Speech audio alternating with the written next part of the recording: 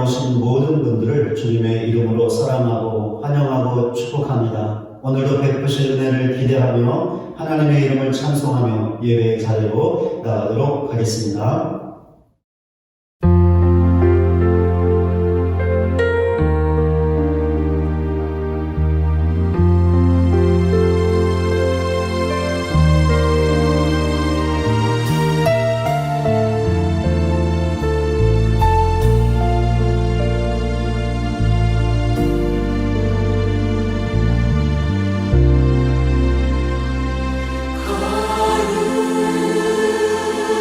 거룩하신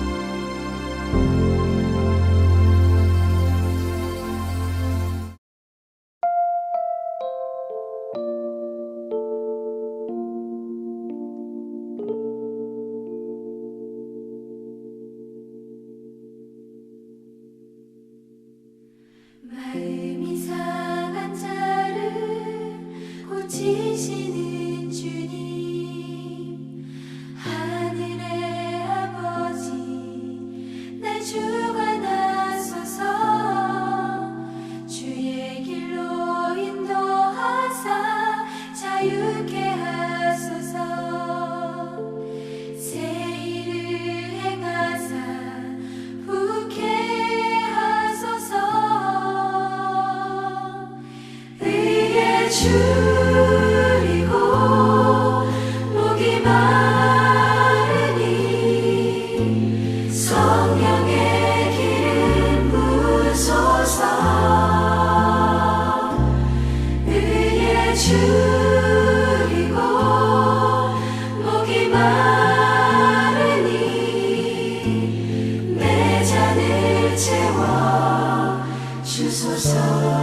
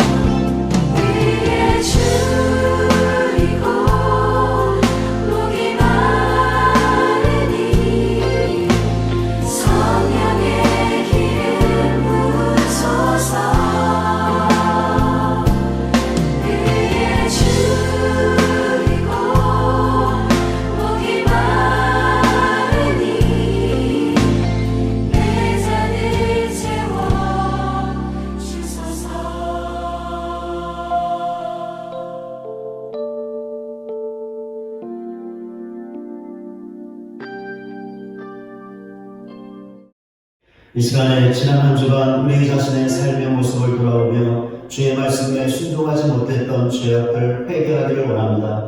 또한 하나님 크신 자비를 베푸사 이제는 코로나가 종식되게 하시고 일상이 회복되어 어려움 가운데 있는 모든 사람들을 건지시고 구원하여 주시옵소서. 하나님의 크신 자비를 구하며 간절하게 기도하며 하나님 앞으로 나아가겠습니다. 기도하겠습니다.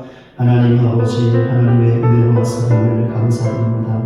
오늘도 하나님을 예배하는 우리 자신의 지난 한 주간의 삶의 모습을 돌아보며 주의 말씀에 순종하지 못했던 모든 죄악들을 고백합니다. 불쌍히 여기시고 긍휼히 여겨 주시옵소서. 예수님의 십자가 보혈로 우리의 모든 죄악을 제하여 주시옵소서. 깨끗게 하여 주시옵소서. 사자의 은혜를 베풀어 주시옵소서.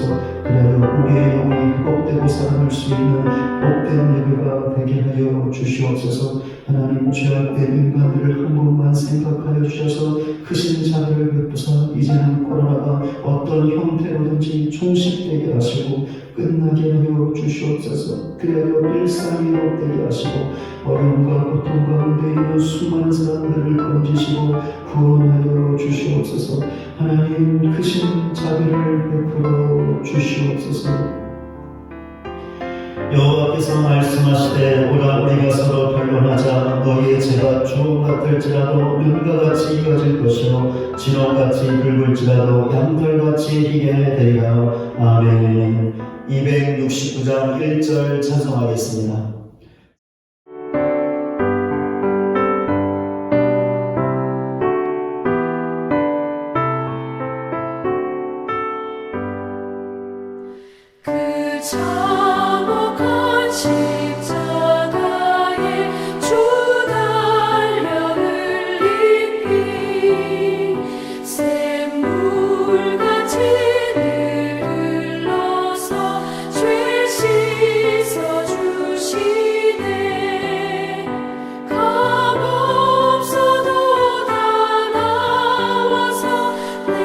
죄를 고하며 빈 눈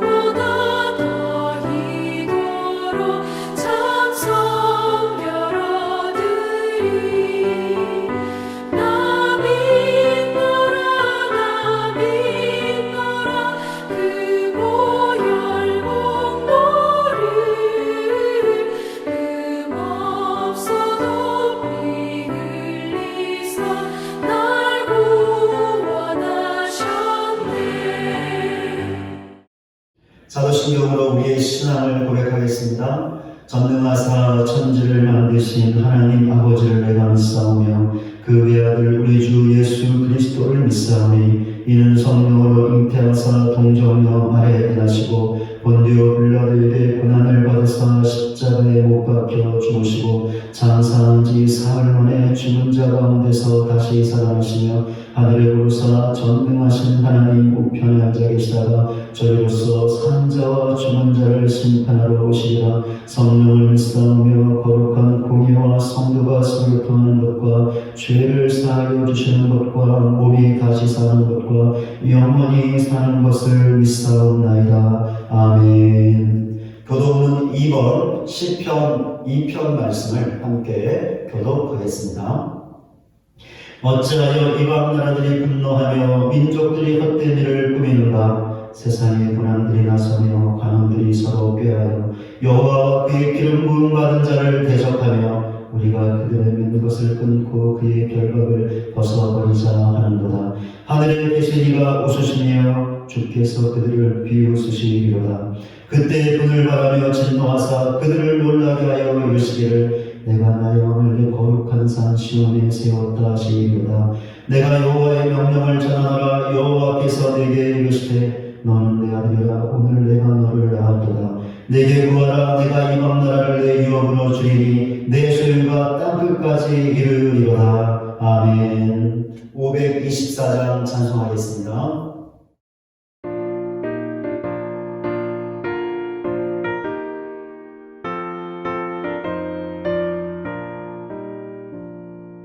갈 길을 밝히 보이시니 주 앞에 빨리 나갑시다. 우리를 찾는 구주 예수 곧 오라시네. 죄악 벗은 우리 영혼은 기뻐 뛰며 주를 보겠네. 하늘에 계신 주 예수를 영원히 섬기리. 우리를 오라 하시는 말 기쁘게 듣고 순종하세. 구주를 믿기 지체 말고 속속히 나가세. 죄악 벗은 우리 영혼은 기뻐 뛰며 주를 보겠네. 하늘에 계신 주 예수를 영원히 섬기리.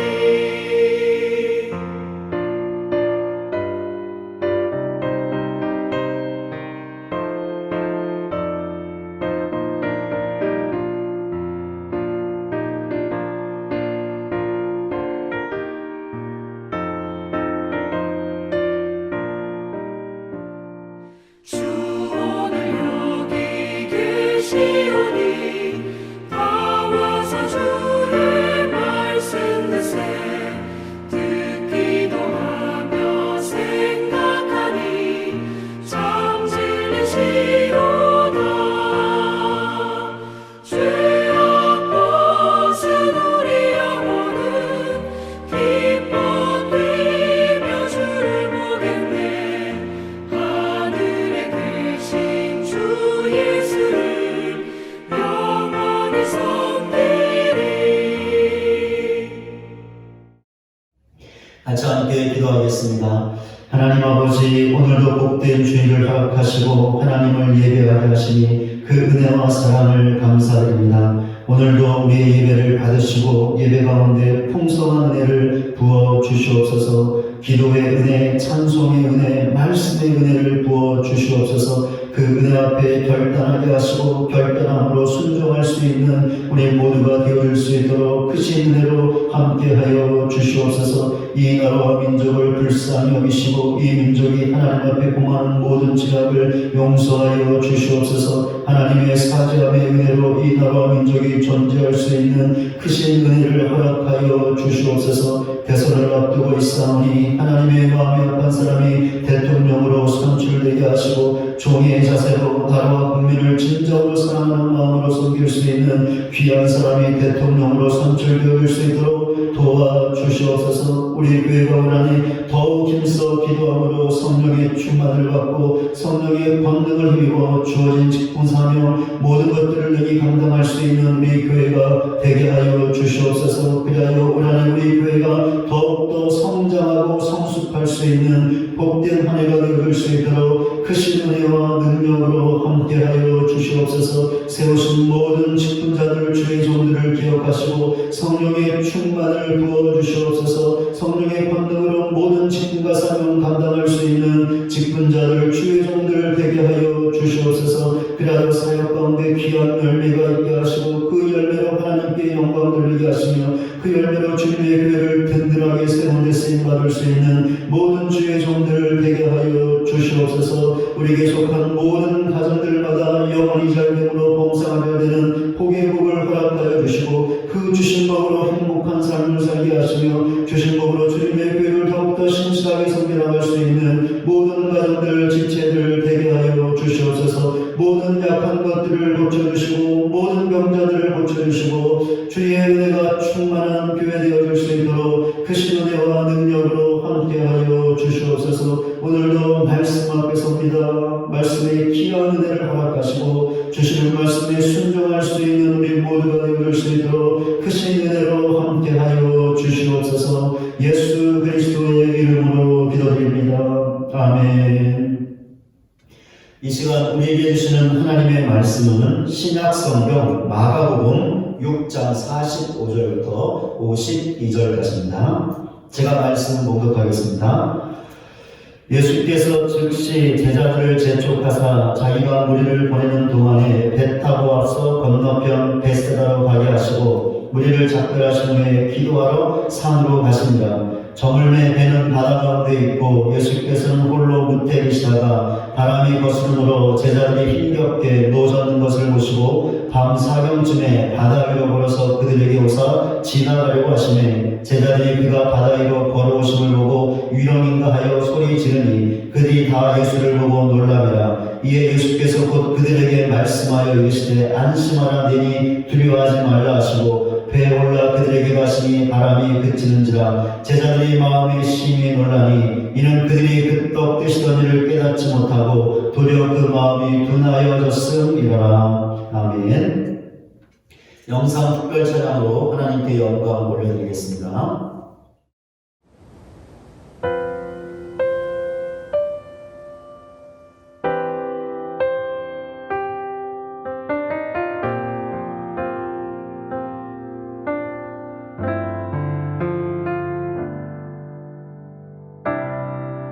주 내가 거하는 곳 주를 바라보는 그곳 주 성령 내게 임하사 그곳에 있게 하소서.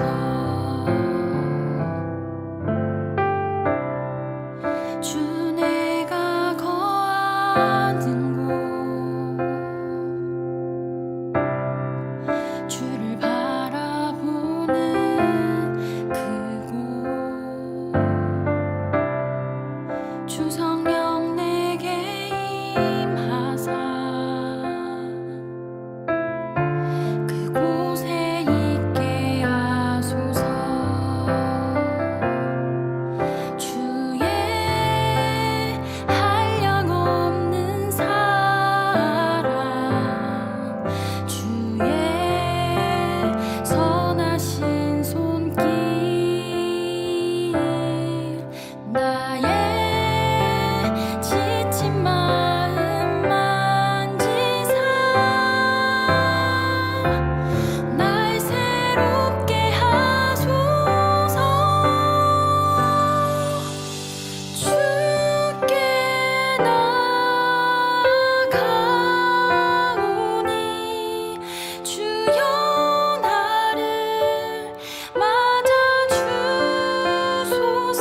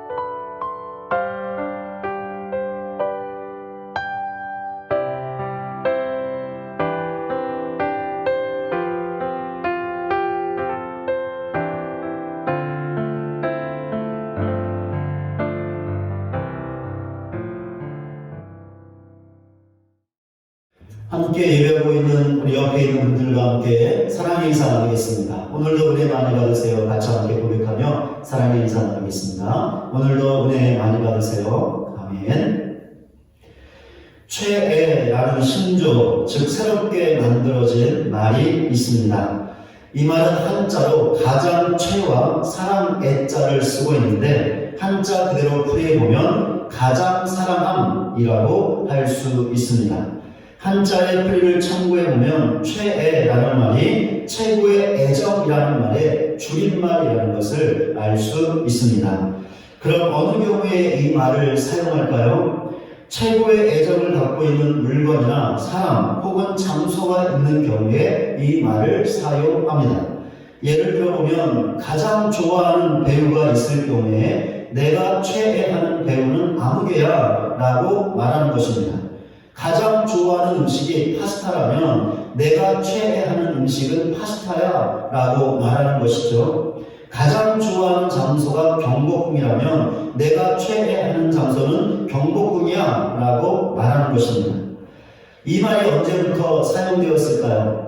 인터넷을 검색하다가 본 글인데요. 정확한지는 잘 모르겠습니다.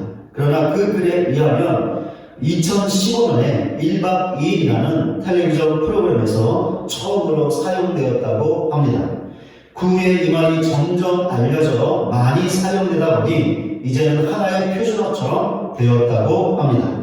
그런데 2000년 전에 사셨던 예수님에게도 최애 장소가 있었다는 것을 알고 계십니까?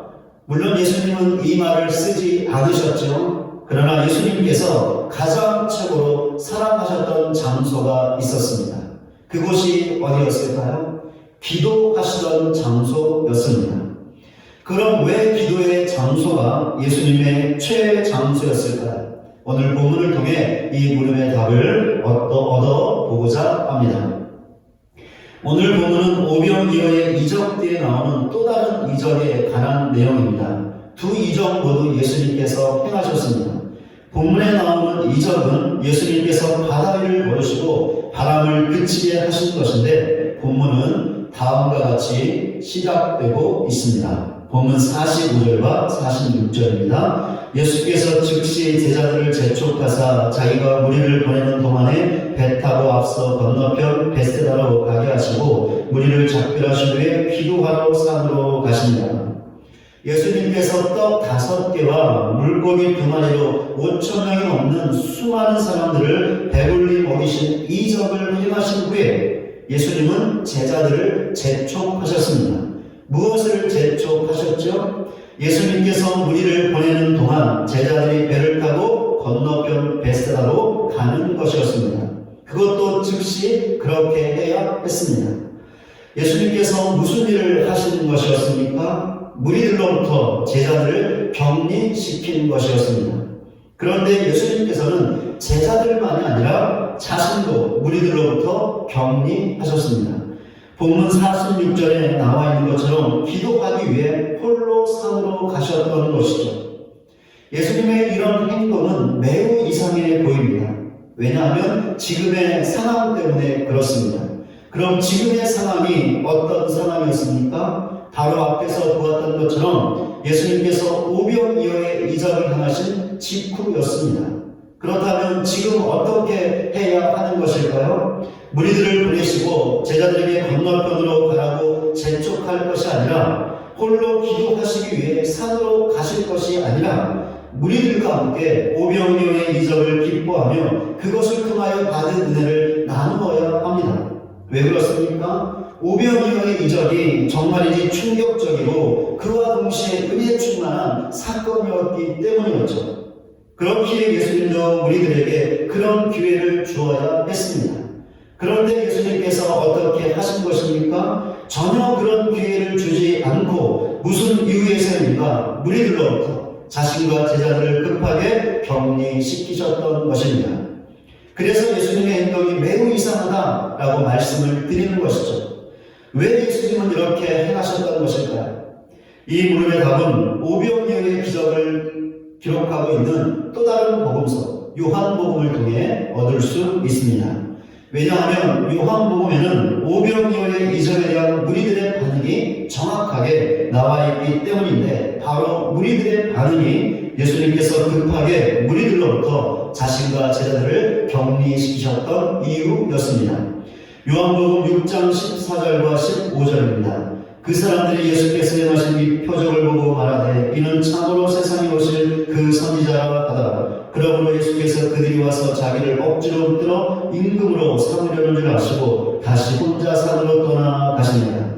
앞에서 보았던 것처럼 오병이어의 이적을 통하여 무리들은 엄청난 충격을 받았고, 그와 동시에 말로 닿을 수 없는 큰 은혜를 받았습니다.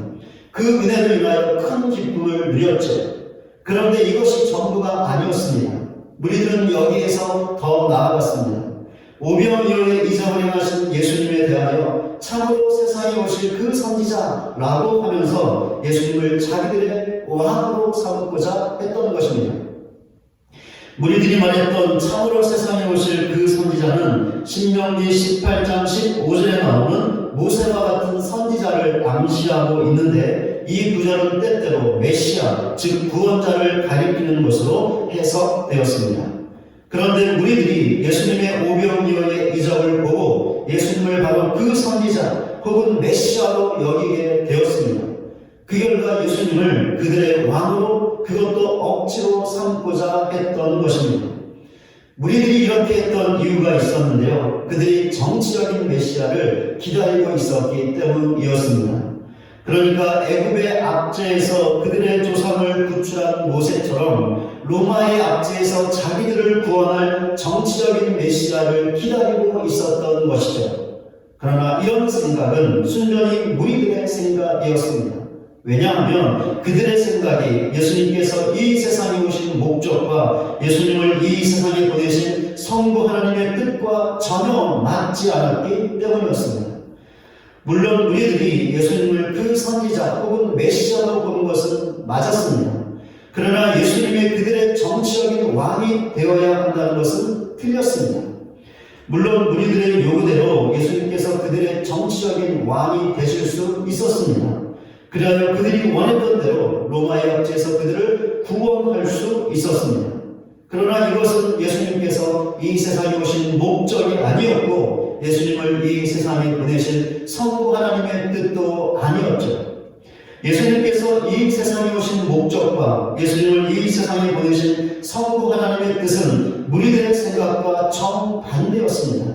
그러니까 예수님께서 무리들의 왕이 되어 그들을 로마의 압제에서 구원하고 그들의 칭송과 높임을 받으면서 권세를 누리는 것이 아니라 그것과는 비교할 수 없는 낮고 낮은 자리에서 그들을 섬기는 것이었습니다. 그것은 인간이 처할 수 있는 가장 낮은 자리, 가장 끔찍하고 비참한 자리였고 가장 숭고한 섬김이었는데, 바로 예수님께서 죄인된 인간을 살리기 위하여 십자가의 고난과 죽음을 당한 것이었습니다. 당시 십자가 처형은 가장 극악무도한 범죄자에게만 주어지는 형벌이었습니다. 그렇기에 십자가 처형을 당하는 자는 가장 저주를 받은 자였죠. 그런데 이런 비참한 십자가 처형을 누가 받으신 것입니까? 하늘의 크고 큰 영광을 버리고 낮고 낮은 세상에 인간의 몸을 입고 오신 하나님이신 예수님께서 받으신 것이었습니다. 더욱이 예수님께서는 십자가에서 죽어야 할 그 어떤 죄도 없으셨죠. 그런데도 죽으셨습니다.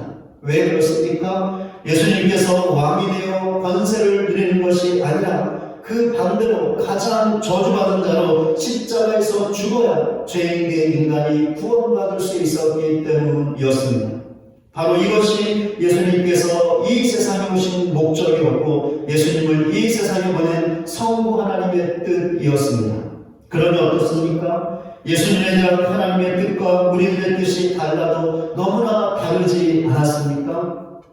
그런데 예수님께서 성부 하나님의 뜻대로 행하는 데 있어서 문제가 생길 수 있었습니다. 어떤 문제였냐면 예수님께서 성부 하나님의 뜻대로 행하지 아니하고 우리의 뜻대로 행할 수 있는 것이었습니다. 히브리서 4장 15절입니다. 우리에게 있는 대제사장은 우리의 연약함을 동정하지 못하실 이가 아니요 모든 일에 우리와 똑같이 시험을 받으시니로되 죄는 없으시니라. 예수님은 우리와 똑같은 성격을 가진 완전한 사람이었습니다. 그렇기에 사람들과 똑같이 시험, 즉 마귀의 유혹을 받으셨습니다. 그것도 모든 일에 유혹을 받으셨는데 바로 여기에서 문제가 생길 수 있었던 것이죠. 그러니까 예수님께서 마귀의 유혹에 넘어가 무리들의 요구를 받아들여 그들의 왕이 되실 수도 있었다라는 것입니다. 만약 그렇게 되었다면 어떻게 되었을까요? 예수님께서 이 세상에 오신 목적도, 예수님을 이 세상에 보내신 성부 하나님의 뜻도 물거품처럼 사라지고 말았을 것입니다. 왜 그렇습니까? 예수님께서 구원자로서 십자가의 고난과 죽음을 당하지 않고 인간의 왕으로서 권세를 누렸을 것이기 때문입니다. 그렇게 되었다면 우리들은 로마의 압제에서 해방되었을지는 몰라도 죄에서는 구원받을 수 없었을 것입니다. 그런데 예수님께서 이 문제를 깊이 인식하고 계셨던 것 같습니다. 그렇기에 예수님께서 어떻게 하신 것이죠? 제자들과 자신을 무리들로부터 급하게 격리시키고 홀로 기도하기 위해 산으로 가셨던 것입니다. 무엇을 기도하셨을까요? 바로 앞에서 보았던 문제를 놓고 기도하셨을 것인데, 그러니까 마귀의 유혹에 넘어가지 않게 달라고 기도하셨을 것입니다. 그러니까 오병이어의 이적을 보고 자기를 왕으로 삼고자 했던 무리들의 요구를 받아들이지 않게 해달라고, 그 대신 구원자로서 가야 할 십자가의 고난과 죽음의 길을 갈 수 있게 해달라고 기도하셨다라는 것입니다. 기도의 결과가 어땠을까요? 예수님께서 승리하셨습니다. 마귀의 유혹에 넘어가지 않으셨던 것이죠. 앞에서 보았던 히브리서의 말씀에 나온 것처럼 마귀의 유혹을 받으셨지만 죄를 짓지 않으셨던 것입니다. 여기에서 설교 처음에 했던 질문, 왜 기도의 장소가 예수님의 최애 장소였는가? 라는 물음에 답을 할 수 있습니다. 그럼 답이 무엇일까요? 기도의 장소에서 기도하심으로 하나님의 은혜를 받아 마귀의 유혹에 넘어가지 않으셨기 때문에, 그리하여 자신이 세상에 온 목적대로 자신을 세상에 보내신 성부 하나님의 뜻대로 구원 사역을 감당하셨기 때문이었습니다. 기업을 운영하는 사람은 언제 가장 행복할까요? 기업의 목적대로 기업 활동을 통하여 이윤을 크게 남길 때입니다. 운동선수는 언제 가장 행복할까요? 운동하는 목적대로 국가대표가 되어 올림픽에 나가 메달을 목에 걸었을 때입니다. 공부하는 학생은 언제 가장 행복할까요? 공부하는 목적대로 좋은 성적을 거두어서 좋은 대학에 갈 때입니다. 사랑하는 남녀는 언제 가장 행복할까요? 서로 사랑하는 목적대로 사랑의 결실을 맺어 데이트할 때마다 더 이상 헤어지지 않고 같은 집에서 살게 되었을 때, 즉 결혼할 때입니다. 취업을 준비하는 사람은 언제 가장 행복할까요? 간절히 원하고 바라는 대로 원하는 직장에 들어갔을 때입니다. 오랫동안 자기 집을 갖기 위해 돈을 모으며 열심히 살았던 사람은 언제 가장 행복할까요? 열심히 살아온 목적대로 자기 집을 갖게 되었을 때입니다. 이처럼 사람들은 각기 사랑하는 삶의 목적이 있습니다. 그리고 그 목적대로 살기 위하여, 그 목적한 것을 이루기 위하여 힘을 다해 살아갑니다. 그 결과 그 목적대로 되었을 때, 그 목적을 성취했을 때 가장 크게 기뻐하고 행복해합니다. 그렇다면 예수님은 어떠하셨을까요? 예수님도 우리와 같은 성격을 가진 인간이셨기 때문에 마찬가지였을 것입니다. 그렇기에 예수님께서도 자신이 세상에 온 목적대로, 자신을 세상에 보내신 성부 하나님의 뜻대로 구원 사역을 감당하며 살아갔을 때, 또한 그 목적을 성취하셨을 때 크게 기뻐하고 행복해 하셨을 것입니다. 이것을 가능하게 했던 것이 있었죠. 무엇이었습니까? 바로 기도였습니다. 바로 이런 이유 때문에 예수님을 크게 기뻐하게 하고 행복하게 해주었던 기도의 장소가 그분에게 최애의 장소가 될 수 있었던 것입니다. 본문을 보면 예수님께서 기도하셨던 장소가 산이었다는 것을 알 수 있죠. 그러나 예수님은 산에서만 기도하신 것이 아니었습니다. 때로는 광야에서도 기도하셨고 한적한 곳에서도 기도하셨죠. 그러나 기도의 장소가 어디였든지 예수님의 기도는 한 가지였습니다. 자신이 세상에 온 목적대로 성부 하나님께서 자신을 세상에 보내신 뜻대로 가장 낮은 자리에서 죄인된 인간을 섬기며 구원 사역을 감당할 수 있게 달라는 기도였습니다. 이것을 잘 보여주는 신뢰가 마가복음 처음과 마지막 부분에 나와 있습니다. 마가복음 처음 부분에 나오는 신뢰는 예수님께서 새벽 아직도 밝기 전에 한적한 곳으로 가서 기도하신 것이었습니다. 본문에서는 기도의 장소가 산이었죠. 그런데 이때는 한적한 곳이었습니다. 그런데 예수님께서 한적한 곳에서 기도하시기 전에 하셨던 일이 있었습니다. 어떤 일이었냐면 귀신 들려 고통당하던 자들과 각종 병으로 인하여 고통당하고 있던 수많은 병자들을 크신 능력으로 고치신 것이었습니다. 이 사람들 중에 시몬 즉 베드로의 장모도 있었죠. 그런데 이렇게 놀라운 일을 행하신 직후에 예수님께서 어떻게 하신 줄 아십니까? 바로 앞에서 말씀드렸던 것처럼 새벽 아직도 밝기 전에 한적한 곳으로 가서 홀로 기도하셨던 것입니다. 왜 기도하셨을까요? 마가복음 1장 37절과 38절입니다. 만나서 이르되 모든 사람이 주를 찾나이다. 이르시되 우리가 다른 가까운 마을들로 가자. 거기서도 전도하리니 내가 이를 위하여 왔노라 하시고, 예수님께서 한적한 곳에서 홀로 기도하실 때 베드로를 비롯한 다른 제자들이 예수님을 찾아왔습니다. 그리고는 모든 사람들이 예수님을 찾습니다 라는 말을 전하죠. 모든 사람들은 어떤 사람들이었을까요? 예수님에게 고침받은 사람들과 그것을 직접 보았던 모든 사람들이었죠. 아니나 다를까 예수님께서 크신 능력으로 놀라운 일을 행하자 사람들이 예수님에게 열광했습니다. 그래서 예수님을 찾았던 것이죠. 왜 찾았을까요? 예수님을 칭송하고 높이기 위해서, 그래야 예수님을 떠나지 못하게 하기 위해서 찾았던 것이죠. 그런데 제자들이 전하는 말을 듣고 예수님께서 하신 말씀이 무엇이었습니까? 우리가 다른 가까운 마을들로 가자. 거기서도 전도하리니 내가 이를 위하여 왔다라는 말씀이었습니다. 예수님의 이 말씀은 자신이 세상에 온 목적이었고 자신을 세상으로 보내신 성부 하나님의 뜻이었습니다. 그렇기에 예수님의 이 말씀은 사람들이 아무리 자신에게 열광하고 자신을 칭송하고 높인다 하더라도 그것에 매이지 않고 자신이 세상에 온 목적대로 자신을 세상에 보내신 성부 하나님의 뜻대로 살겠다는 선언이었습니다.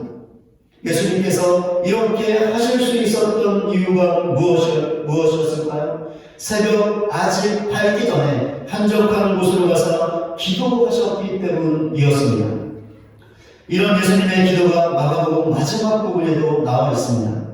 그런데 이 부분에 나와 있는 예수님의 기도는 예수님의 기도 중에서 가장 최고의 절정을 보여주는 기도라고 할 수 있습니다. 어떤 기도였을까요? 우리가 너무나 잘 알고 있는 겟세마네 동산에서의 기도였습니다. 본문에서 기도의 장소가 산이었고 마가복음 처음 부분에서 한적한 곳이었다면 이번에는 동산이었습니다. 예수님께서는 사역하시는 내내 때로는 산에서 한적한 곳에서 자신이 세상에 온 목적대로 자신을 세상으로 보낸 성부 하나님의 뜻대로 구원 사역을 감당할 수 있게 달라고 기도하셨습니다. 그리고 그 기도를 통하여 하나님의 은혜와 성령의 권능을 받고 그 목적대로 사셨습니다. 그러다가 드디어 그 종지부를 찍을 때가 되었죠. 사람들에게 붙잡혀 고난당하시고 십자가에서 죽으심으로 구원 사역을 완성하셔야 했던 것입니다. 그런데 이 순간에 예수님께서 흔들리셨습니다. 십자가의 고난과 죽음의 잔을 피하고 싶으셨던 것이죠. 이때 예수님께서 어떻게 하셨습니까? 겟세마네 동산에서 기도하셨습니다. 무엇을 기도하셨을까요? 마가복음 14장 36절입니다. 아빠 아버지여 아버지께는 모든 것이 가능하오니 이 잔을 내게서 옮기시옵소서. 그러나 나의 원대로 마시옵고 아버지의 원대로 하옵소서. 예수님은 이 잔을 즉 십자가의 고난과 죽음의 잔을 내게서 옮기게 해달라고 기도하셨습니다. 만약에 예수님께서 이 기도를 계속해서 고집하셨다면 십자가의 고난과 죽음을 당하지 않았을 것입니다. 그러나 예수님은 끝까지 고집하지 않으셨죠. 그 대신 나의 원대로 마옵시고 아버지의 원대로 하옵소서라고 기도하셨습니다. 그러니까 예수님은 마지막까지도 자신이 세상에 온 목적대로 자신을 세상으로 보내신 성부 하나님의 뜻대로 구원 사역을 감당할 수 있게 해달라고 간절하게 기도하셨던 것입니다. 그리하여 끝내는 십자가의 죽음과 고난을 당하셨습니다. 예수님께서 어떻게 이럴 수 있었던 것이었을까요? 기도하셨기 때문입니다. 지금까지의 내용을 통해서 우리가 얻을 수 있는 영적인 교훈이 있습니다. 기도해야 우리가 이 세상에 온 목적대로 우리를 이 세상에 보내신 하나님의 뜻대로 살 수 있다라는 것입니다. 우리는 예수님이 아니죠. 무슨 말이냐면 예수님처럼 십자가에서 죽기 위해 이 세상에 오지 않았다는 것인데, 그러니까 예수님처럼 구원자로 이 세상에 오지 않았다라는 것입니다. 그러나 우리와 예수님에게 공통점이 있는데, 성부 하나님께서 예수님을 이 세상에 보내셨던 것처럼 우리도 이 세상에 보내셨다라는 것입니다. 그렇게 우리에게도 이 세상에 온 목적이 있고 우리를 보내신 하나님의 뜻이 있습니다. 그것이 무엇일까요? 우리의 일체적인 욕심과 욕망을 이루는 것일까요? 우리가 더 많은 돈을 버는 것일까요? 우리가 더 좋은 집에 사는 것일까요? 우리가 더 많은 부동산을 갖는 것일까요? 우리가 더 높은 자리에 오르는 것일까요? 우리가 더 많은 힘을 갖는 것일까요? 아니요, 절대로 아닙니다. 이런 것들은 우리가 세상에 온 목적도 아니고 우리를 세상에 보내신 하나님의 뜻도 아니죠. 물론 우리가 이 세상에서 살고 있기 때문에 필요하다면 이것들을 얻기 위해 할 수 있는 노력도 하고 힘을 다해야 합니다. 더욱이 이것들이 필요하다면 하나님께서 얼마든지 넘치도록 주실 수 있습니다. 그러나 분명히 기억할 것이 있는데, 이것들이 결단코 우리가 사는 목적도 아니고 우리를 향한 하나님의 뜻도 아니라는 것입니다. 아니, 이것들은 우리가 사는 목적과 우리를 향한 하나님의 뜻을 이루기 위한 수단일 뿐입니다. 그렇게 만약에 하나님께서 우리에게 이런 세상적인 복을 주신다면 반드시 우리가 사는 목적과 우리를 향한 하나님의 뜻을 위해 사용해야 합니다. 그렇다면 우리가 이 세상을 사는 목적은 무엇일까요? 우리를 이 세상으로 보내신 하나님의 뜻은 무엇일까요? 하나님을 사랑하는 것입니다. 하나님을 예배하는 것이죠. 하나님의 말씀에 순종하는 것입니다. 주님의 교회를 사랑하고 섬기는 것이죠. 우리에게 주신 직분에 충성을 다하는 것입니다. 아직도 예수님을 믿지 않고 있는 불신자들에게 복음을 전하여 그들로 하여금 예수님도 구원받은 길로 이끄는 것이죠. 바로 이것이 우리가 사는 목적이며 우리를 향한 하나님의 뜻입니다. 바로 이 목적과 뜻을 이루기 위해 하나님께서 우리에게 세상적인 복을 주시는 것이며, 그렇게 세상적인 삶 또한 최선을 다해 살아야 하는 것이죠. 그렇다면 우리 자신은 어떻습니까? 하나님께서 나를 세상에 보내신 목적대로 그 뜻대로 살고 있습니까? 그렇다면 그 이유가 무엇일까요? 예수님처럼 기도하기 때문이죠. 그 기도를 통하여 하나님의 은혜를 받고 성령의 권능을 받아 우리가 살아야 하는 목적대로 하나님의 뜻대로 살고 있다라는 것입니다. 그러나 하나님께서 나를 세상에 보내신 목적대로 그 뜻대로 살지 못하고 있다면, 그 대신 오로지 세상만을 위해 살고 있다면, 그러니까 목적이 아닌 수단만을 위해 살고 있다면 그 이유가 무엇일까요? 예수님처럼 기도하지 않기 때문이죠. 그 기도를 통하여 하나님의 은혜와 성령의 권능을 받지 못함으로 목적이 아닌 수단만을 위해 헛되이 살고 있는 것입니다. 과연 우리 자신의 모습은 어떻습니까? 이 시간에 잠시 내 자신의 모습을 돌아보시기 바랍니다. 하나님께서 우리를 이 세상에 보내신 목적대로 그 뜻대로 살기 위해 우리는 무엇보다 예수님처럼 기도해야 합니다. 왜냐하면 기도할 때 우리가 살아야 하는 목적과 우리를 향한 하나님의 뜻을 놓치지 않을 수 있기 때문이고, 그렇게 살 수 있는 하나님의 은혜와 성령의 권능을 힘입을 수 있기 때문입니다. 이런 사실을 확고하게 믿고 예수님처럼 기도하여 하나님의 은혜와 성령의 권능을 받아 우리가 살아야 하는 목적대로 하나님의 뜻대로 살아가는 저와 여러분 모두가 되시기를 주님의 이름으로 간절히 소원합니다. 말씀을 맺겠습니다. 기독교 작가로 유명했던 필립 얀시라는 분이 예수님의 기도에 관하여 이런 글을 남겼습니다. 주님에게 기도는 무기력하게 울부짖는 군중들로부터 한 발 물러나서 전열을 가다듬는 피난처이기도 했고 악과 고통이 없는 영원한 나라를 바라보는 통로이기도 했다. 필립 얀시의 기록처럼 기도는 우리에게 세상의 치열한 삶으로부터 잠시 물러나서 영적인 전열을 가다듬을 수 있는 피난처입니다. 또한 악하고 치열하고 힘든 이 세상 저 너머에 있는 영원한 천국을 바라보게 하는 통로입니다. 그러니 삶을 살다가 힘들고 지칠 때면 다른 곳으로 가지 마시고 기도의 피난처로 나오시기 바랍니다. 그 피난처에서 기도라는 통로를 통하여 영원한 천국을 바라보시기 바랍니다. 반드시 하나님께서 우리에게 은혜를 부어주실 것입니다. 성령의 권능을 부어주실 것입니다. 그러하여 지친 우리의 영혼을 일으켜 세우시고 새로운 힘을 주셔서 이 세상을 힘있게 살아가게 하실 것입니다. 무엇보다 우리가 이 세상에 온 목적대로 하나님께서 우리를 이 세상에 보내신 뜻대로 살게 하실 것입니다. 이럴 때 우리는 진정으로 행복할 수 있습니다. 그렇습니다. 세상적인 복을 갖는다고 행복한 것이 절대로 아니지요. 아니 그 정반대입니다. 세상적인 것을 가지면 가질수록 더 공허해지지요. 더 참된 행복을 갈망하게 됩니다. 왜 그럴까요? 세상적인 복은 단지 수단이기 때문이죠. 그렇기에 진정으로 행복할 수 있는 길은 우리가 이 세상을 살아가는 목적대로 우리를 향하신 하나님의 뜻대로 살아가는 것입니다.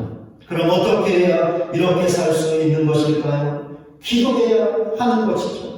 기도하면 살 수 있는 것입니다. 기도하면 우리의 목적대로 살 수 있고 그렇게 행복할 수 있는 것이죠. 이런 사실을 확고하게 믿고 예수님처럼 기도하여 하나님의 은혜와 성령의 권능을 힘입고 우리가 이 세상에 온 목적대로 우리를 이 세상에 보내신 하나님의 뜻대로 살아가는 우리 모두가 되시기를 바랍니다. 그러하여 진정한 참된 행복을 누리며 살아가고 우리가 사는 그날까지 예수님에게 그러했던 것처럼 우리에게도 기도의 장소가 최애의 장소가 되는 삶을 살아가는 저와 여러분 모두가 되시기를 주님의 이름으로 간절히 축원을 드립니다. 찬송가 50장 부르시면서 준비하신 님을 하나님께 올려드리겠습니다.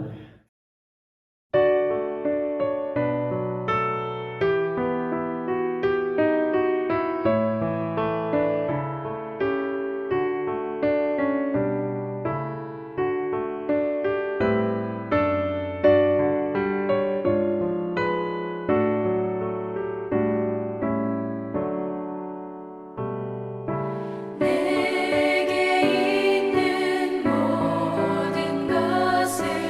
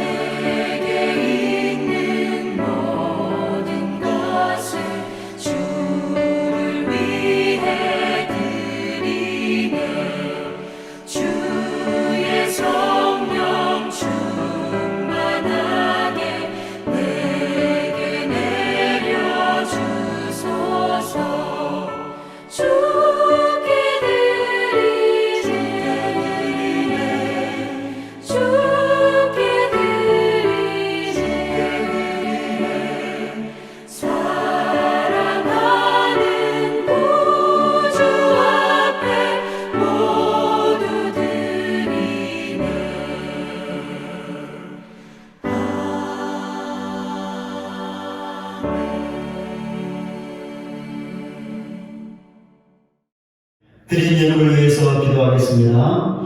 하나님 아버지, 오늘도 하나님을 예배하며 귀한 힘을 드리게 하시니 참으로 감사를 드립니다. 이 귀한 힘을 드리게 하여 사랑하는 가정들과 지체들 삶의 현장에서 많이 수고하며 힘을 다했습니다. 이 시간 위로하여 주시옵소서. 영육간에 감동케 하여 주시옵소서. 그리하여 삶의 현장으로 돌아가 주어진 모든 것들을 능히 감당하며 하나님의 복의 복을 받으며 살아갈 수 있는 모든 가정들, 지체들 되게 하여 주시옵소서. 오늘도 귀한 힘을 드린 가정들과 지체들 세상의 물질 때문에 어려움 당하지 않게 하시고 필요할 때마다 풍성하게 채워주셔서 아무런 염려 없이 이 땅의 삶을 살게 하시고 주님의 길을 더욱더 신실하게 섬겨나갈 수 있는 모든 가정들, 지체들 되게 하여 주시옵소서. 오늘도 여러가지 감사의 내용과 기도의 제목을 담아드린 감사의 예물을 받아주시고 모든 기도에 응답하여 주사 더 풍성한 감사로 하나님께 나갈 수 있는 모든 가정들, 지체들 되게 하여 주시옵소서. 예수 그리스도의 이름으로 기도드립니다. 아멘. 이절이 찬송함으로 예배를 마치도록 하겠습니다. 은혜의 강가로라는 찬양을 같이 함께 부르실 텐데요. 이 찬양 부르실 때 우리의 기도의 자리가 하나님의 은혜와 성령의 권능이 충만하게 부어지는 은혜의 자리인 것을 믿고 예수님처럼 기도하여 그 기도의 자리에서 하나님의 은혜와 성령의 권능을 받게 하옵소서. 기도하는 마음으로 그런 기도의 삶을 살겠습니다. 결단하는 마음으로 다 같이 함께 은혜의 강가로 찬양하겠습니다.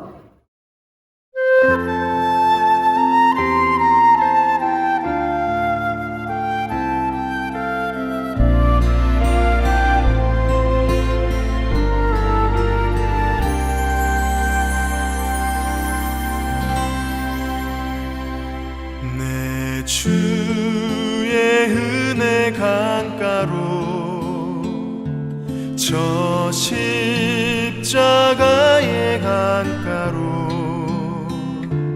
내 주의 사랑 있는 곳 내 주의 강가로 내 주의 은혜 강가로 저 십자가의 강가로 내 주의 사랑 있는 곳 내 주의 강가로 가란 나의 영혼을 생수로 가득 채우소서. 피곤한 내 영혼 위에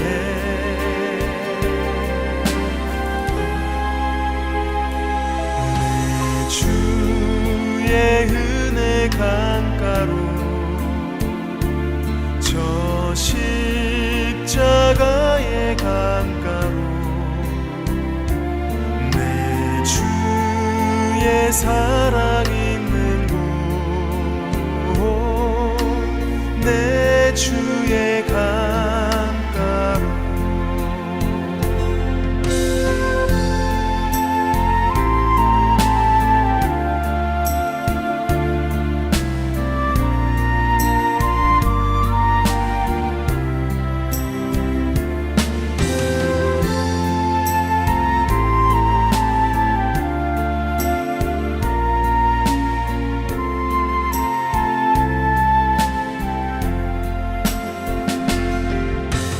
가란 나의 영혼을 생수로 가득 채우소서. 피곤한 내 영혼 위에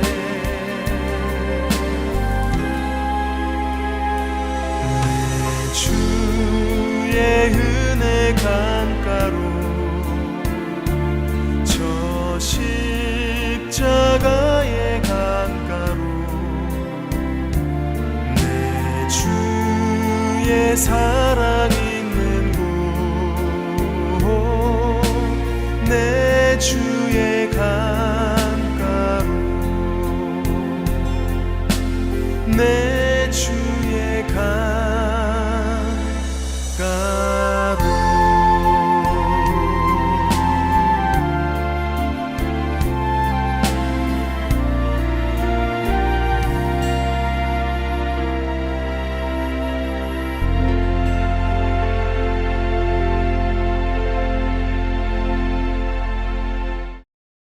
온 마음 다해라는 찬양을 같이 함께 부르겠습니다. 우리가 기도하면 하나님께서 주시는 은혜와 성령의 권능을 힘입고 우리가 이 세상에 온 목적대로 하나님께서 우리를 보내신 뜻대로 살 수 있고 그렇게 살 때 진정으로 행복할 수 있습니다.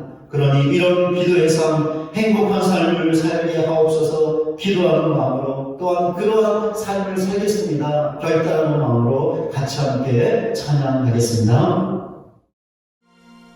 주님과 함께하는 이 고요한 시간 주님의 보좌 앞에 내 마음을 쏟네 모든 것 아시는 주님께 감출 것 없네 내 맘과 정성 다해 주 바라나이다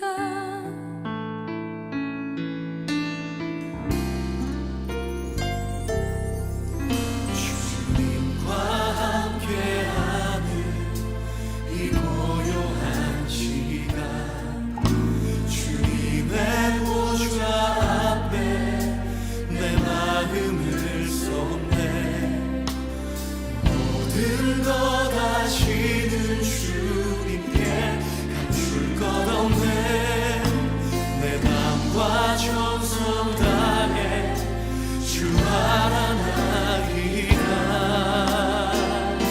온 맘 다해 사랑합니다 온 맘 다해 주 알기 원하네 내 모든 삶 당신 것이니 주만 섬기리 온 맘 다해 나 염려하지 않아도